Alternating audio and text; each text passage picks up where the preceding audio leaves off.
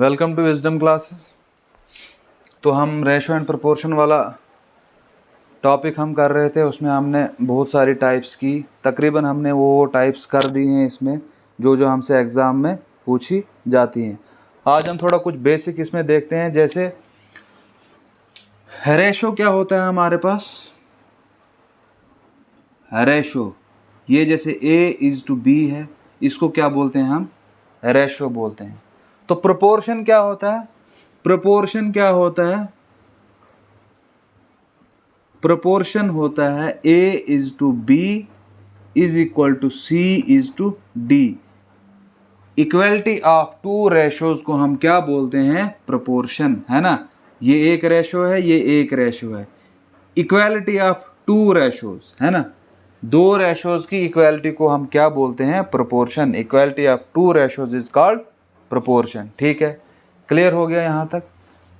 उसके बाद जैसे हमारे पास ये रेशो दिया होगा A:B, इस A को क्या बोलते हैं? इसको बोलते हैं एंटीसीडेंट। क्या बोलते हैं? एंटीसीडेंट। ठीक है। और इस B को क्या बोलते हैं? इसको बोलते हैं कंसीक्वेंट। A को क्या बोलते हैं? एंटीसीडेंट। B को क्या बोलते हैं? कंसीक्वेंट। रेशो आपके पास क्या हो गया? A:B, ये हो गया आपका रेशो। प्रोपोर्शन क्या हो गया? इक्वलिटी ऑफ टू रेशोज को हम क्या बोलते हैं? प्रोपोर्शन बोलते हैं। अब इस रेशो में इसको क्या बोलते हैं? एंटीसीडेंट बोलते हैं, और इसको क्या बोलते हैं? कंसीक्वेंट बोलते हैं। ठीक है। अब इसी तरह से अगर आपके पास A:B is equal to C:D दिया हुआ है, ठीक है, तो ये जो है ना, इनको बोलते हैं एक्सट्रीम्स। एक्सट्रीम्स क्या बोलते हैं? एक्सट्रीम्स, है ना, दूर वाले। और इन दो को क्या बोलते हैं? इनको बोलते हैं मीन्स। ठीक है, मीन्स और एक्सट्रीम्स। ठीक है, क्लियर हो गया यहाँ तक। एंटीसीडेंट क्या होता है, कंसीक्वेंट क्या होता है, ये पता होना चाहिए आपको। ठीक है, रेशो तो पता ही है आपको, A:B ये रेशो होता है, और प्रोपोर्शन का भी आपको पता चल गया कि A:B is equal to C:D है। तो इक्वलिटी ऑफ टू रेशोज को हम क्या बोलते हैं? प्रोपोर्शन बोलते हैं। ठीक है, क्लियर हो गया। एक्सट्रीम्स और मीन्स कौन से हो गए? एक्सट्रीम्स हो गए बाहर वाले दो जो दूर हैं एक्सट्रीम, नज़दीक वालों को क्या बोलते हैं? मीन्स बोलते हैं। ठीक है, क्लियर हो गया यहाँ तक। अब हम देखते हैं कुछ टाइप्स ऑफ रेशोज। ठीक है, रेशोज की कुछ टाइप्स पढ़ेंगे आज हम। लिखो पहली टाइप,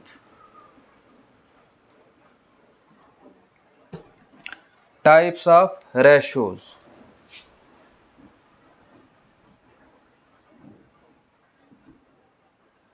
ये इंपॉर्टेंट है, कहीं डायरेक्टली कहीं इन पे क्वेश्चन न पूछ ले आपसे। ठीक है, टाइप्स ऑफ रेशोज। पहला हो गया डुप्लीकेट रेशो। डुप्लीकेट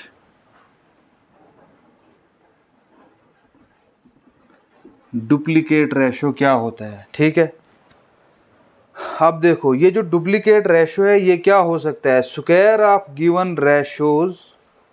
ये होता क्या है? Square of duplicate ratio. ये क्या होता है? Square of given ratios. Ratios का जो है अगर स्क्वायर होगा तो वो क्या होता है? उन गिवन रेशो के जब हम स्क्वायरिंग करेंगे तो उसको क्या बोलते हैं? Duplicate ratios. फॉर एग्जांपल हमारे पास A:B है, A:B इज इक्वल टू 2:3 है, तो इसका डुप्लीकेट क्या होगा? इसका डुप्लीकेट क्या होगा? दोनों की स्क्वायरिंग, A का स्क्वायर इज टू B का स्क्वायर। तो A का स्क्वायर कितना है? 2 का स्क्वायर इज टू 3 का स्क्वायर। वो कितना आएगा? 2 का स्क्वायर कितना होता है? 4:9। ठीक है, तो 2:3 का अगर आपसे कहीं एग्जाम में कहीं डायरेक्टली ये पूछ लिया कि बताओ डुप्लीकेट रेशो ऑफ 2:3 क्या होगा, तो 2:3 क्या होगा? डुप्लीकेट क्या होता है? A का स्क्वायर इज टू B का स्क्वायर। वो कितना होता है? जैसे हमारे पास रेशो 2:3 दिया हुआ है, इनका स्क्वायर किसके बराबर होगा? 2 का स्क्वायर 4, 3 का स्क्वायर 9। तो रेशोज के स्क्वायर को क्या बोलते हैं हम? डुप्लीकेट रेशोज बोलते हैं। ठीक है। दूसरा है सब डुप्लीकेट रेशो। दूसरी टाइप क्या है? सब डुप्लीकेट रेशो। अब ये सब डुप्लीकेट रेशो क्या होता है? ठीक है, पहले वाला था डुप्लीकेट, डुप्लीकेट में क्या था? Square of given ratios. तो सब डुप्लीकेट रेशो क्या होता है? Square root of given ratios. ठीक है, क्या होता है ये? Square root of given ratios. Square root of given ratios. ठीक है, क्लियर हो गया? जो भी रेशो दिया है आपके पास उसके स्क्वायर रूट को हम क्या बोलेंगे? सब डुप्लीकेट रेशो। ठीक है, सब डुप्लीकेट रेशो। ठीक है। a इज टू बी अगर आपके पास 36 इज टू 49 है, a इज टू बी, ये एग्जाम्पल में लिख लो, a इज टू बी आपके पास कितना है? 36 इज टू 49। ठीक है। अब 36 इज टू 49 तो है, लेकिन आपका ये जो सब डुप्लीकेट रेशियो है ये क्या होता है? ये होता है square root of given ratios. तो इन्हीं गिवन रेशियोज का, जैसे स्क्वायर रूट सब डुप्लीकेट क्या होगा? स्क्वायर रूट ऑफ 36 है ना, is to square root of 49। वो किसके बराबर होता है? 36 का स्क्वायर रूट किसके बराबर होता है? 6 के बराबर होता है। 6 इज टू 7, ये आपका सब डुप्लीकेट रेशो होगा। ठीक है, ये रेशो है, रेशो दिया है, रेशो का स्क्वायर रूट निकालोगे इसका आप, तो वो किसके बराबर होता है? वो क्या होता है? इसका सब डुप्लीकेट रेशो होता है। ठीक है, उतारो इसको या स्क्रीनशॉट ले लो। इसके बाद हम देखेंगे ट्रिप्लिकेट रेशो।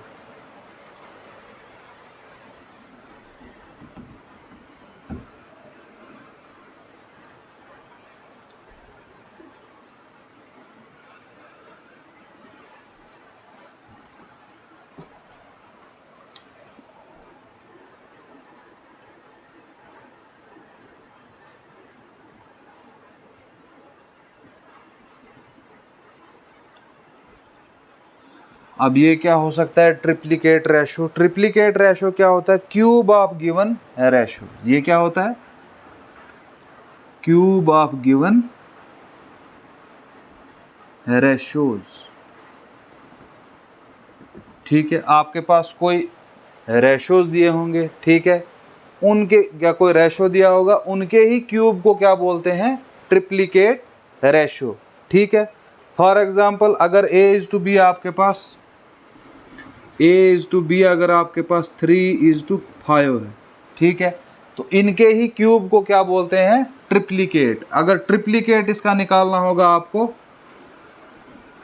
ट्रिप्लिकेट, ठीक है, ट्रिप्लिकेट अगर इसका आपका निकालना होगा तो a का क्यूब इज टू b का क्यूब। ठीक है, a का क्यूब कितना है? 3 है, 3 का क्यूब कितना होता है? 27 इज टू 5 का क्यूब का कितना होता है? 125। ये क्या होगा? इसका ट्रिप्लिकेट रेशो। ठीक है, ट्रिप्लिकेट रेशो समझ आ गया क्या होता है? Cube of given ratios. ठीक है, ट्रिप्लिकेट के बाद उसी तरह से आएगा सब ट्रिप्लिकेट रेशो। अब सब ट्रिप्लिकेट रेशो क्या होता है?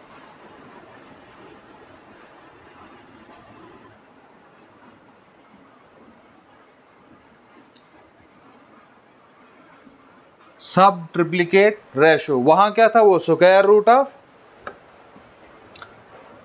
रेशोज था ना, यहां क्या होगा? ये क्यूब रूट ऑफ रेशोज होगा। ठीक है, cube root of given ratios, cube root of given ratios. Clear हो गया? Cube root of given ratios,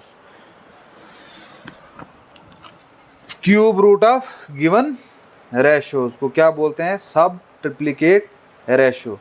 तो क्यूब रूट एग्जाम्पल अगर लेनी होगी इसकी आपको तो क्या ले सकते हो? जैसे a इज टू बी, क्या हमारे पास a इज टू बी, हमारे पास अगर a इज टू बी कितना है? 1 इज टू 8। ये तो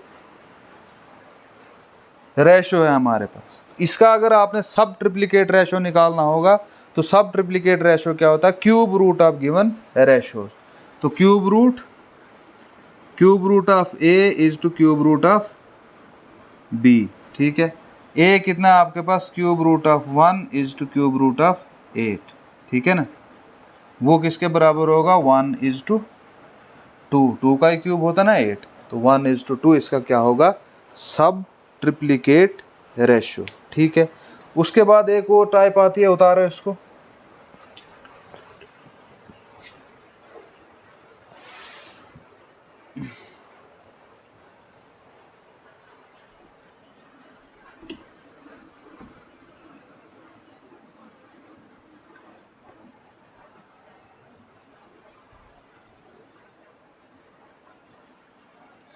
नेक्स्ट टाइप होता है इनवर्स रेशो। क्या होता है, इनवर्स रेशो। अब ये इनवर्स रेशो क्या होता है, ठीक है। इनवर्स रेशो होता है interchanging of antecedent and consequent. Interchanging of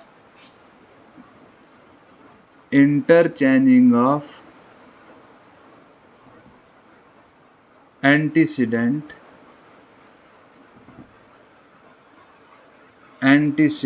and कंसीक्वेंट।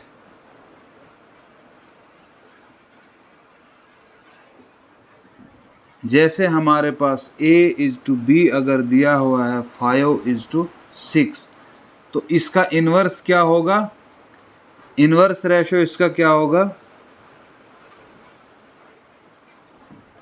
Interchange of antecedent and consequent. Antecedent और कंसीक्वेंट को क्या करना है, इंटरचेंज करना है।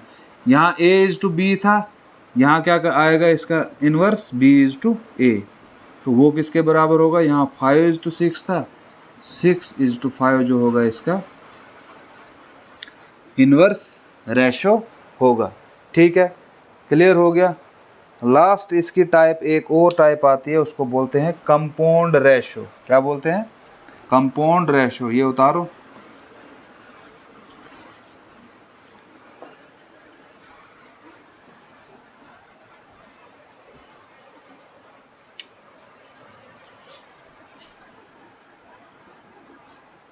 Compound ratio,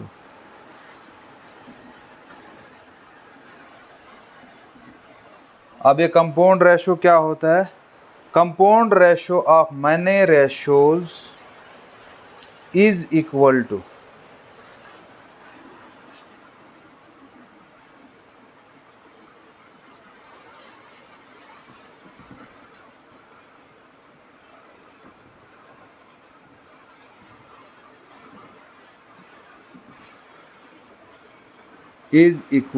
compound ratio of many ratios is equal to multiplication of antecedent